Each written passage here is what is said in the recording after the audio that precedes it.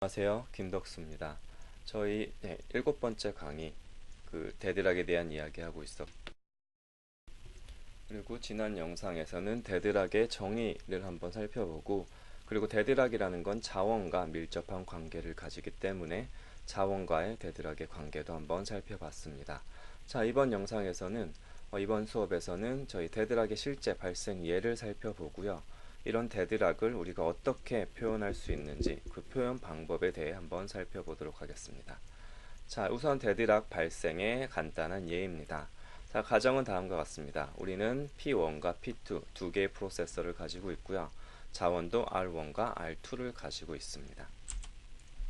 자, 그래서 이게 이제 시간에 따라서 어떤 일들이 일어나는지를 보여주는 거고요. 프로세서 1, 프로세서 2가 있네요. 자, 우선 프로세스 1번이 자원 2번을 요청했다고 합니다. 자, 자원을 하나 얘가 가져갔네요. 가져갔고요. 자, 그리고 시간 3에 가면은 프로세스 2번이 자원 1을 요청을 하고 있네요. 마찬가지로 얘를 가져갔습니다. 자, 그럼 현재 자원이 없죠. 자, 그 상태에서 프로세서 1번이 자원 1번을 요청을 한대요. 요청하고 있고요. 자, 그러고 있다가 자, 이 상태는 아직 데드락이라고 말하기 힘들 거예요. 왜냐면은 프로세스 2번이 얘를 일을 마치고 얘를 반납한다면 1번이 자기가 이 R1을 가져갈 수 있겠죠. 그래서 발생 불가능한 상태는 아닙니다. 하지만 자, 이 T5일 때 보면은 프로세스 2번이 R2를 요청을 한대요. 자, 어떻게 된 거죠? 자, 프로세스 2번이 가진 R1을 요청하고 있고요. 프로세스 2번은 1번이 가진 R2를 요청하고 있습니다. 자, 서로 가진 걸 요청하고 있는 상태죠. 그러면 얘는 발생 가능성이 없죠. 발생하지 않는 이벤트가 생성이 되었습니다. 사건이 생성이 되었죠. 그래서 이 상태는 우린 데드락이라고 합니다. 이게 간단한 예죠. 자, 그런데 이렇게 이 코드로만 보니까 무슨 말인지 잘 모르겠죠. 이게 안 와닿죠. 이게 데드락인가? 맞나? 라고 생각이 들 겁니다. 그래서 이런 데드락을 표현하는 기법들이 존재하고요. 저희는 그 중에서 그래프 모델과 스테이트 트랜지션 모델 한번 살펴보도록 할게요. 자, 첫 번째 그래프 모델입니다. 자, 그래프 모델은 여러분 그래프 아시죠? 자료구조 시간에 다들 배우셨을 텐데요. 자, 그래프는 뭐와 뭐로 구성이 되어 있죠?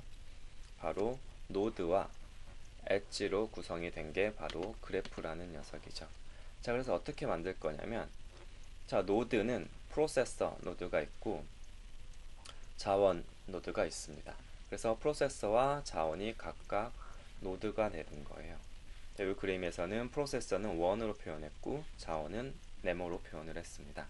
자, 그 다음에 엣지는 어떻게 되느냐? 자, RJ라는 건 J타입의 자원이란 뜻이고요. 자원에서 프로세서로 가는 엣지, 이게 엣지죠. 자, 예를 들어 이 엣지죠. 자, 이 엣지 같은 경우 무슨 뜻이냐? 자원 프로세스 1번이 자원 2번을 할당받았다는 뜻이죠.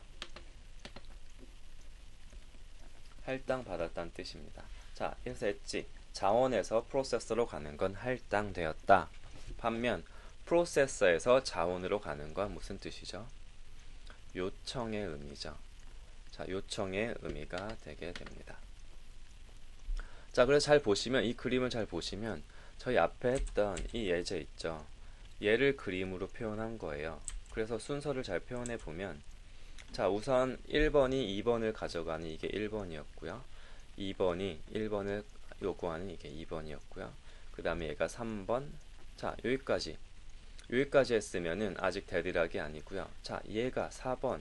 얘를 요청하는 순간 뭔가 서로가 가진 걸 요구하는 뭔가 이렇게 원형으로 사이클이 생성되죠. 자, 이런 사이클이 생성된 이 상태를 우리는 데드락이라고 알 수 있습니다. 자, 그래서 앞에서 표로만 봤던 코드로만 봐서는 이해가 안 되던 게 우리가 이렇게 그래프 모델로 표현하고 봤더니 여기에 사이클이 생성이 되더라. 그러면 이게 바로 데드락임을 알 수 있습니다. 자, 간단하죠? 이게 바로 그래프 모델이라는 것입니다. 자, 다음 스테이트 트랜지션 모델 두 번째 방법, 또 다른 걸 예제를 생각해 볼 수 있습니다. 자, 얘의 가정은 자, 프로세스가 두 개, 그리고 자원이 하나 타입인데 타입 하나의 자원이 두 개 있는 경우입니다. 그래서 RA라는 게 두 개 있다는 뜻이에요. 자, 그리고 프로세스는 한 번에 자원 하나만 요청하거나 반납할 수 있다는 가정을 가지고 우리가 스테이트를 정의해 보면요. 자, 내가 자원이 없는데 요청도 안 하는 경우, 여기가 요청이죠. 현재 자원 수, 그죠? 자, 이걸 0. 근데 없는데 요청하는 경우 1번 스테이트, 있는데 요청 안 하는 경우 2번 스테이트, 있는데 또 요청하는 경우 3번 스테이트, 그리고 내가 두 개 가진 상태에서 더 요청할 수가 없겠죠, 자원이. 그래서 내가 두 개 가진 상태. 그래서 총 스테이트가 이렇게 5개 스테이트로 정의가 되었습니다. 자, 우리가 프로세서가 하나라면 이렇게 쓸 수 있는데 만약에 프로세서가 두 개였다면 스테이트가 어떻게 되죠? 예, 5 곱하기 5개가 나올 수 있겠네요. 그렇죠? 자, 그거를 이제 표현을 한 게 바로 스테이트 트랜지션 모델이라는 것입니다. 저희가 프로세스 1번, 여기가 프로세스 2번의 스테이트를 그린 거고요. 표시한 거고요. 자, 그 상태를 보시면은 자, 요 S의 얘가 프로세스 1번의 상태, 얘가 프로세서 2번의 상태를 숫자로 표현한 겁니다. S는 스테이트겠죠. 자, 그래서 이렇게 우리가 이렇게 조합으로 만들어낼 수 있을 거고요. 자, 이게 왜 여기다 적어 드릴게요. 이게 프로세서 1번의 스테이트, 프로세서 2번의 스테이트고요. 자, 그리고 이게 왜 트랜지션 다이어그램이냐 그러면은 이렇게 상태가 변하는 거를 다 엣지로 연결을 해놨죠. 그래서 이 숫자는 뭐냐면 2번에 의해서 프로세서 2번에 의해서 상태가 변하는 거, 요거는 프로세서 1번에 의해서 상태가 변하는 거를 나타냅니다. 자, 그리고 우리가 한 번에 자원을 하나만 요청할 수 있고 하나만 반납할 수 있다 했기 때문에 이렇게 다 스테이트 전위로 표현을 할 수 있어요. 자, 여기서 얘가 하나를 요청하면 여기로 갈 거고요. 요청한 걸 받으면 여기로 갈 거고, 그 상태 또 요청하면 여기로 갈 거고. 그런데 그때 프로세스 1번이 자원을 요청하면 여기로 스테이트를 가겠죠. 자, 그러다가 또 뭐 자원을 할당 받으면 여기로 갈 거고요. 근데 이 상태에서 자원을 반납하면 반납했으니까 여기로 가야겠죠. 자, 이렇게 스테이트, 모든 가능한 스테이트를 다 그려 놓은 거예요. 자, 이렇게 보다 보면은 저희 데드락이 어디서 발견이 되죠? 여기서 데드락이 발견이 되게 됩니다. 자, 두 개 다 하나를 잡고 하나를 요청하고 얘도 하나를 잡고 하나를 요청을 한다면 안 되겠죠. 이건 발생을 할 수 없는 상황이 되는 거죠. 자, 그래서 이렇게 데드락을 표현해 낼 수 있습니다. 즉, 요 이유가 데드락이 되는 거죠. 그래서 뭔가 이런 아이디어가 드시는 분들 있어요. 그러면 얘를 열심히 그려놓고 여기 오는 이 엣지들 막아버리면 데드락이 발생하지 않겠네 라는 걸 생각하실 수 있을 겁니다. 잘 생각하셨고 이런 비슷한 얘기를 우리가 앞으로 하게 될 것 같습니다. 자, 그래서 뭐 프로세서가 2개면 이렇게 그리면 되고요. 프로세서가 3개면 3차원으로 그릴 수 있겠죠. 여러분 심심하시면 뭐 어디 이동하시거나 이럴 때 스도쿠나 뭐 낱말 퍼즐 풀지 마시고 이런 거 한번 그려보세요. 3차원으로 그리면 재미있으실 것 같습니다. 자, 이게 바로 스테이트 트랜지션 모델이었습니다. 자, 그래서 이제 데드락의 발생 필요 요건을 한번 정리해 볼게요. 필요 요건이라는 건 뭐냐면 이 4개가 모두 성립을 해야 데드락이 발생을 한다는 뜻입니다. 자, 그래서 4가지 잘 살펴보시면 자, 이 위에 2개는 자원의 특성이에요. 자, exclusive use of resource.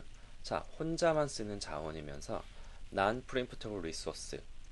이런 자원, 한번 받으면 반납을 하지 않는, 끝날 때까지 반납하지 않는 이런 자원이어야지 데드락이 발생할 수 있고요.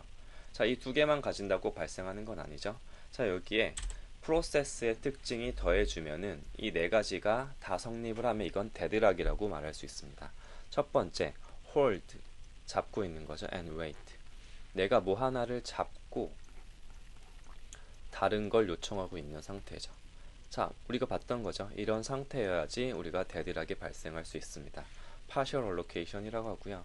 당연하겠죠. 내가 필요한 모든 자원을 가지고 있다면 얘는 데드락이 발생할 일이 없겠죠. 또는 내가 자원이 하나도 없다면, 예, 죄송합니다. 자원이 하나도 없다면 또 얘가 데드락의 원인이 되지 않을 거예요. 그러니까 당연한 얘기고요. 그리고 저희 아까 그래프 모델에서 봤듯이 얘네들의 관계가 서클이 된다는 거, 어떻게 보면 홀드 앤 웨이트와 비슷한 거죠. 홀드의 그 웨이트인데 다른 애 거를 또 요청을 하고, 이렇게 서클이 되는 이런 관계가 성립이 되어야지 자 데드락이 발생한다는 겁니다. 이건 데드락이 확실하다라고 이야기할 수 있습니다. 뭐 자원 두 개일 때 이렇게 했지만 더 큰 서클을 만들어낼 수도 있겠죠. 자, 이게 바로 이 네 가지가 데드락의 발생을 시키는 필요 요건입니다. 네 개가 모두 성립을 해야 데드락이 발생한다 라고 말할 수 있습니다. 자, 여기까지 데드락 표현법 봤고요. 데드락이 언제 발생하는지 그 요건 네 가지를 살펴봤습니다. 자, 다음 영상에서는 홍보 좀 하고요. 다음 영상에서 이제 얘네를 가지고 어떻게 데드락을 피할 수 있는지 한번 살펴볼 거고요. 자, 저희 수업이 도움이 되셨다면 좋아요와 구독 한 번씩 눌러주시면 영상을 찍는데 큰 힘이 될 것 같습니다. 자, 그러면 다음 영상에서 또 만나도록 하죠. 수고하셨습니다.